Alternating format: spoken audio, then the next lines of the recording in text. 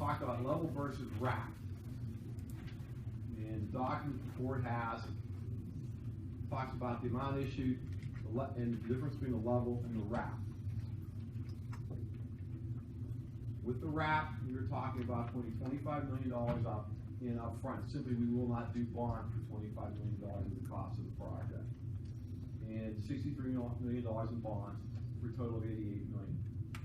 The level structure looks at it as $88 million. It's a 30-year RAP. It's a 30-year level. The budgetary impact, if we do it the way we proposed, with putting the $25 million in up front and using the RAP, we'll have a budgetary impact of $2 million, $37,984 a year. If we don't do that, the budgetary impact is $4.19 million in change. If we use the $20 million and we spread it out as a sinking debt fund, and we take an equal amount per year to subtract off, we end up with a net budget impact of $2,037,000 versus a net budget impact of $2,866,236. As you see, putting the money up front, doing the RAP, has a lower impact on taxpayers. If you look at the end, look at the debt at the end of 10 years, it's $62 million and it's $75 million for the level structure. Yet debt at the end of 15 years, which is when the middle school project will be fully paid off, is $62 million, as it would have, and slightly different than it would have been based on the amortization, but we would still owe more on the debt at the end of 15 years when the middle school's off and all that's left is the high school project. If you look at these two diagrams, the first diagram shows if we do nothing, if all we do is just lay it all on the taxpayer. This is a level service debt. That's this high where our debt service goes up into $6.5 million. And some of you who were in the room a year ago when we discussed this, we originally brought the project, that was the worst case scenario. If you look at this line here, that is the RAP. Okay? That is where the RAP and how the RAP will basically, what we do with the RAP is you treat all of your debt as it's one large package. This is what corporations and municipalities do. When you take the loan out with the RAP, and we front load out of the fund balance, this is what we end up with. We end up with an impact of approximately $2 million on the budget by year 2028. And then it levels out and it drops off in 2036. And obviously the loan is fully amortized in 2050. If we pay partial, if we do a sinking fund like they did with the middle school, we're still going to have an impact of $5 million on the fund balance, or $5 million worth of general fund a year in the year 2028 versus the $2 million we discussed by doing the RAP. Okay?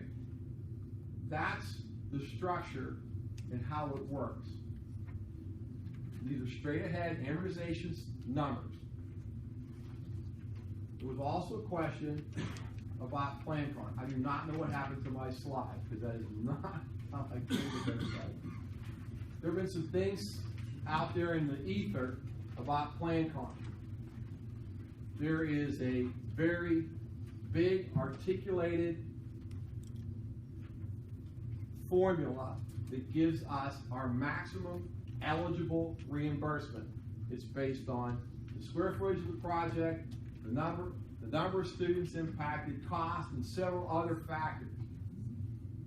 Our maximum state reimbursement is $21,102,344. That is the number we received from PDE PlanCon. That number is multiplied by our MVAR, our market value aid ratio, which is 72.41%. That number is a solid number. I believe we deal with that number every year from our aid ratio. That is a standard figure. That is multiplied by the maximum reimbursement. That's the only number that impacts the maximum reimbursement. If we were a school district such as Farrell in the Mercer County, which has a 90% aid ratio, that number would be 90%. If we were down in Franklin County and we had an aid ratio of 36%, that number would be 36%. That number is dictated by our funding by the state, correct? Reasonably. Okay. Multiplying 21 million times the 72.41% gives us $280,207 in reimbursement from the state for this project, should we choose to move forward. Okay, now, the result, for the sake of having people understand it, the district, bond council, other people involved with the project, take this number, the $15,280,207, and divide it by the total cost of the project, which is $88 million. When you do that, it gives you the percent of the project which is being funded by the state, which is 17.36%. That 17.36% does not come from PlanCon. It doesn't come from PDE. It is generated by the overall cost of the project and our finalized estimate PlanCon reimbursement. I want to clarify that so people understand. There was information out there where people were saying that we only get 17% of the 21. And that is incorrect. That number doesn't exist anywhere except for in our calculations in regard to this project. I just want to clarify that so people understand in straightforward language. We generated the 17.36%. It's our number. It comes from the cost of the project minus the, divided into the state eligible reimbursement. Okay? I know this is not an easy thing to grasp. We're going to put this explanation along with a bigger PowerPoint, which also has the amortization schedules, on the website so that people can access it. But these are straightforward numbers. It's going to be within this ballpark. Now, did I pretty much cover it correctly, Mr. McShane? You did a great job, and I think that was a lot more clear, because I know that when we talk, sometimes we like to dig into the details and give too much explanation. I think that with this, you can see that no matter what the cost of the project is going to be, the cost to the taxpayer can be as high as that $6 million. It could be as low as the $4 million total debt service. But it all comes down to the cost of the project and how you choose to amortize it. We had some residents speak today and talk about how this project is going to affect your tax base. So when we're hired to look at how to fund this project for you, our job is to look at how to look at your tax base, how to look at the impact of the budget, how to look at your operating costs, so that whatever you decide to do, whether it's a small project or a large project, it fits within your current budget. And that's why we look at whether it's a wraparound or level debt service, how to best fit that project into your budget, no matter what that project is. Does that make sense? Yeah. So, as I said, this will be available on the website. We had about 30 copies printed for tonight, but we obviously had a larger than capacity crowd. And again, it'll be available, as will the explanation. Thank you. I have a question. Sure. On your payback, total budget is $2,037,084. Quiet, please. That's an annual payment. That's an end, yeah. Okay, I did a straight amortization on $63 million. That annual payback, to pay this back, is $3,609,259.68. And your payback is gonna be $108,277,790. How do you get from there down to $2,037,984? Can you run it back up, please, Bryce? I can explain that. We are not dealing with an amortization of just this project. We are dealing with the amortization of the middle school, Pleasant Valley Elementary School, and there might even be a couple of years of Ebner left on there. Logan, okay? Ebner was 89 when it was built. Was it a 30-year bond? I can't remember. So every school in the district is a part of our debt service. Every year, $3 million of our budget goes to debt service. Of that $3 million, $500,000 comes from PlanCon. We are in the PlanCon loop. They have funded PlanCon. All projects that have been approved by PlanCon at this point are to be fully funded. Now, what we're doing is we're looking at our debt in total. We are front-loading $25 million. We're simply not taking that loan out. So what we've got is we have taken the roof off, so to speak, from the standpoint by front-loading that $25 million, we then wrap it. And what I mean by wrap it, we're paying primarily for the first 15 years, we are paying on all of our existing debt service. When that existing debt service falls off, now we're paying totally on the high school debt. What makes this work is the fact that you have to look at all of the debt. It's not just the middle school, it's not just the high school, it's the entire debt service for the entire district. All of our projects that we still have bond issues on. By leveraging what we've already have in place, we can, by doing the wrap, we then stack it. We're going to pay, yes, we are paying so much principal and interest up here. But by doing the wrap, we minimize the growth of that and the impact on the taxpayer by approximately $2 million a year. And we lengthen the debt out. And yes, we're paying more principal and interest at the end of the loan, no doubt about it. Because when you get to 2036, we're basically only paying on the high school. But we're making much bigger principal payments on the high school in 36 than we are if we take it and we wrap it out over 30, if we do it as a level debt over 30 years. Because we're looking at all of our debt as one continuous package. It's the most economical way to do it. It is also in the best interest of the taxpayers to address it that way. Yes? If you make a chart that has the individual pieces of debt, because that, I understand where the people are coming from, they're trying to figure out what part's what. We have usually when we do that, there's pieces and say this is the Ebner school, it's one bar, one Keller, this is this school, it's this part, so then people can see all the different pieces. If I may, that is available already. That should be on the website.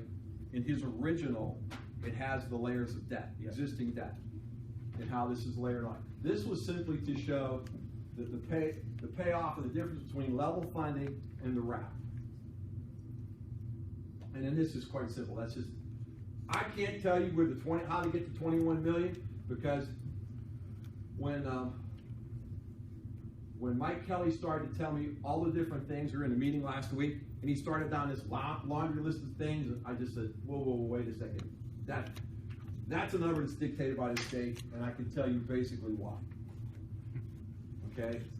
But the 8 ratio, That's a given, that's a hard number. What we end up with is a hard number. How much the percentage of the project, that number's ours. It's our number, it's generated when you take the ratio of the reimbursement versus the overall cost of the project. So What's your total debt? our total debt right now, 45-ish. 45 million. 45 million, is that 88? That was the figure that included, that 45 included in that 88? 88's the new project So only, you have 88, plus 45, correct. But it won't be 88, it'll be 63. And then we'll also be getting $15 million back from the state. So it'll be, so you're talking not an $88 million project. it is an $88 million project. You have all your underlying things. That's all factored in. All, it's a 88 million is your total project. Yes. Yes.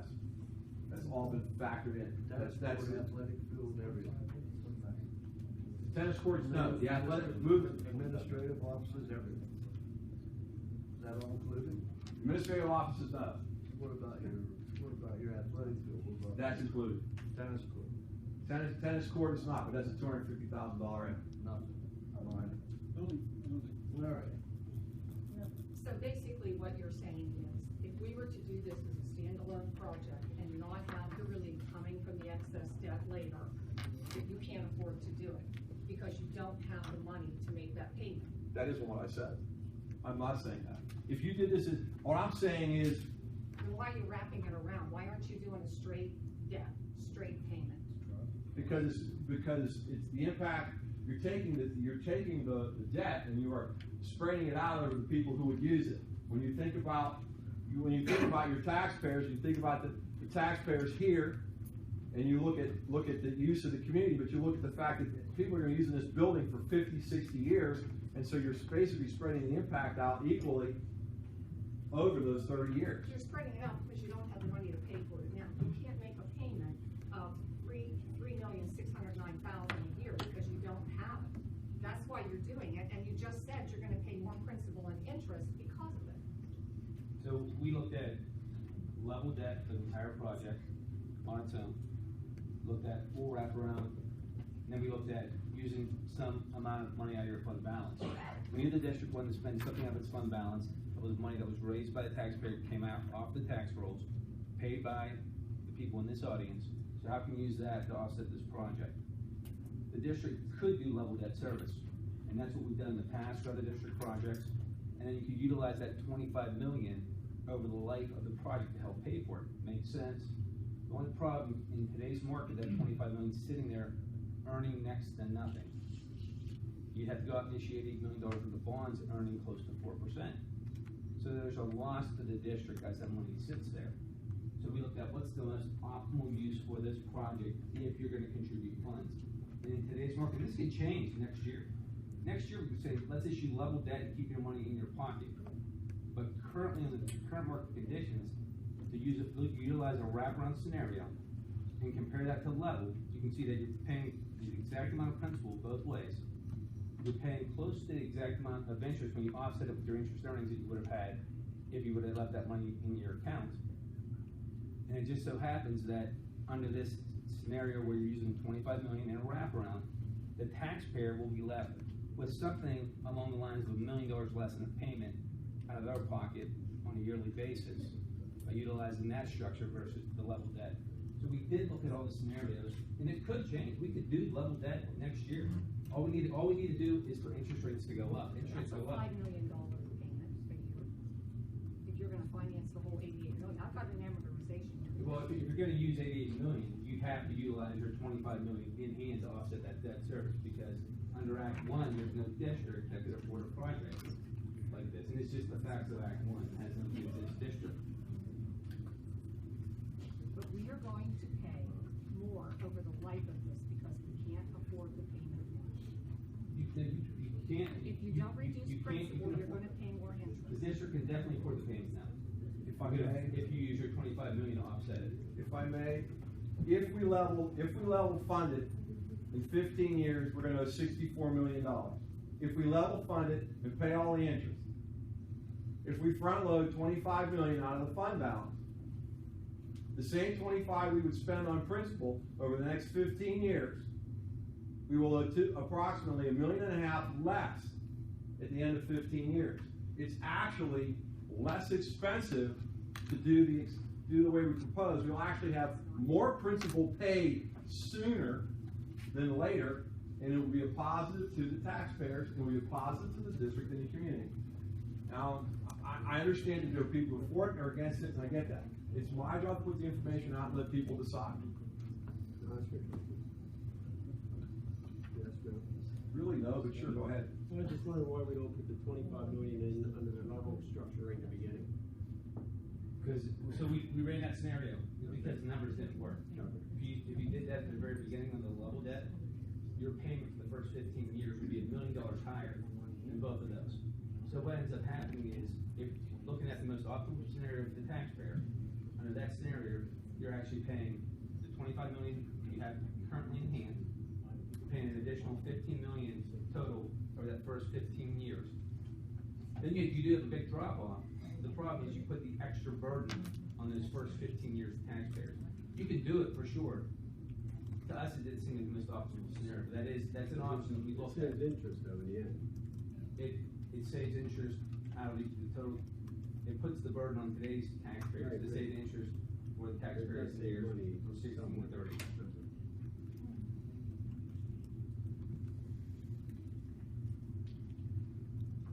Okay. Doctor, I have a question, please. I have a question.